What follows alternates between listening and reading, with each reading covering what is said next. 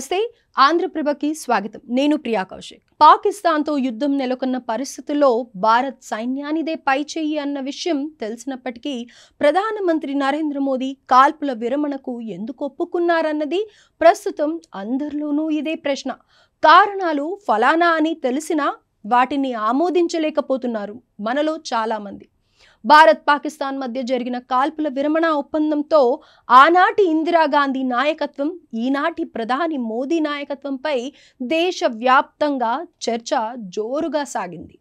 అప్పటి భారత ప్రధాని ఇందిరాగాంధీ హయాంలో పాకిస్తాన్ రెండు ముక్కలు అయింది. 1971లో పాకిస్తాన్పై జరిగిన యుద్ధంలో భారత్ సైన్యం విరోచితంగా పోరాడింది. ఆ సమయంలోనే పాక్లోని తూర్పు భాగం విడిపోయి బంగ్లాదేశ్గా ఏర్పడింది.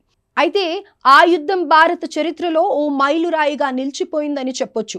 దీనికి కారణం ఇందిరాగాంధీకి అమెరికాకు దీటుగా ఉండే సోవియట్ యూనియన్ సపోర్ట్ ఇచ్చింది. సోవియట్ పూర్తి సహకారాన్ని అందించడంతోనే పాక్పై ఇందిరాగాంధీ యుద్ధాన్ని ప్రకటించారు. ఆ వార్తో భారత్ శక్తి సామర్థ్యాలు యావత్ ప్రపంచానికి తెలిసొచ్చాయి. కానీ వార్ తర్వాత కాశ్మీర్ సమస్యకు మాత్రం శాశ్వత పరిష్కారం లభించలేదు.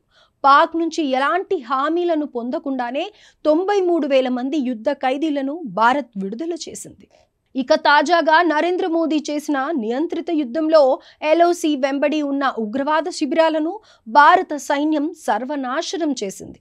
అయితే ఇది పూర్తి స్థాయి వార్గా మారలేదు.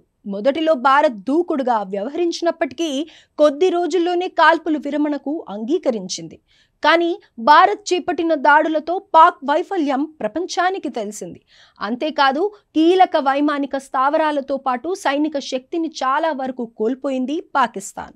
అందుకే కాల్పుల విరమణ చర్య మోదీ ప్రభుత్వ వ్యూహాత్మక నిర్ణయానికి నిదర్శనంగా చెప్పుకోవచ్చు. ఉగ్రవాద నిర్మూలన, సైబర్ అటాక్స్ వంటి పలు అంశాలపై భారత్ తన వైఖరిని తేల్చి చెప్పింది. అంతేకాదు అణ్వాస్త్ర దేశమైనా సరే నామరూపాలు లేకుండా నాశనం చేయగల శక్తి ఉందని పాక్ సహా ప్రపంచానికి తెలిసేలా చేసింది. ప్రస్తుతం యావత్ ప్రపంచంలోనే భారత్ 4వ అతిపెద్ద ఆర్థిక వ్యవస్థగా ఉంది. మరో 2 ఏళ్లలో 3వ స్థానంలోకి రావాలని ప్రయత్నిస్తోంది. ఇటువంటి సమయంలో దక్షిణాసియాలో శాంతిని కొనసాగించడం అనేది భారత్కు చాలా అవసరం. ఇందిరాగాంధీ హయాంలో ఉన్నప్పుడు భారత్ పాకిస్తాన్ మధ్య జరిగింది సాంప్రదాయ యుద్ధ తంత్రం. ఇది కూడా పూర్తి స్థాయి యుద్ధం. ఆ వార్ను సైన్యం చేసింది. కానీ 2025 సామాజిక ఆర్థిక పరిస్థితులు వేరు.